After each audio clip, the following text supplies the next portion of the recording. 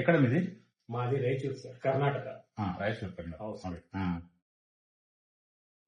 First ఏమైంది చెప్పండి. ఆయనకి మీ వైఫ్? ರಮಾದೇವಿ మా ವೈಫ್. ಅವ್ರಿಗೆ ಪಿಸ್ಟೋಲ್ ಆಗಿತ್ತು. ಆ ಪಿಸ್ಟೋಲ್ ಆಗಿದ್ದಕ್ಕೋಸ್ಕರ ನಾವು ರಾಯಚೂರಲ್ಲಿ ಟ್ರೀಟ್ಮೆಂಟ್ ತಗೊಂಡಿದೀವಿ. ಆದ್ರೆ ಅಲ್ಲಿ 100% ಟ್ರೀಟ್ಮೆಂಟ್ ಸಿಗ್ಲಿಲ್ಲ, ಮತ್ತೆ ರಿಕರೆಂಟ್ ಆಯ್ತು. ಅದಕ್ಕೋಸ್ಕರ ನಾವು ಸರ್ದ ಅಡ್ರೆಸ್ ತಿಳಿದುಕೊಂಡು ಸರ್ ಹತ್ರ ಬಂದಿದ್ದೀವಿ. ಸರ್ ತುಂಬಾ ಚೆನ್ನಾಗಿ ನೋಡ್ಕೊಂಡಿದ್ದಾರೆ. 100% ರಿಸಲ್ಟ್ ಬಂದಿದೆ. ಆಪರೇಷನ್ ಆಗಿ ಈಗ 45 days ಆಗಿದೆ. ಅವ್ರಿಗೆಲ್ಲ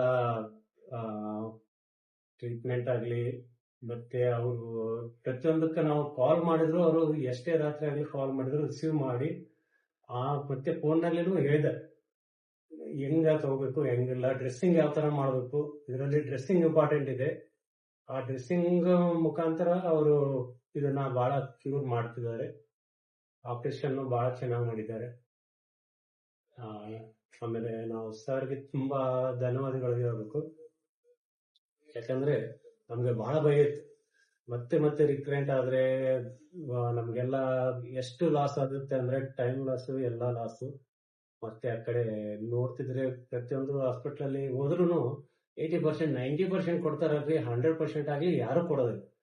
ಆದ್ರೆ ಡಾಕ್ಟರ್ ಮಾತ್ರ ಪಕ್ಕ 100% ಆಗೋದಕ್ಕೆ ನಾವು ಇಲ್ಲಿ ಬಂದು ಟ್ರೀಟ್ಮೆಂಟ್ ತಗೊಂಡಿವಿ. 100% ಸಕ್ಸಸ್ ಆಗಿದೆ. ತಾವು ಯಾರಾದ್ರೂ ಕನ್ನಡದಿಂದ ಈ ವಿಡಿಯೋ ನೋಡ್ತಿದ್ರೆ ತಾವು ನಮ್ಗೆ ಮಾತಾಡ್ಬೋದು. ನಾವು ಅವರು ನಿಮ್ಗೆ ನಾನು ಹೇಳ್ತೀನಿ ಯಾವ ತರ ಅಂತ. ಧನ್ಯವಾದಗಳು ಸರ್ಗೆ.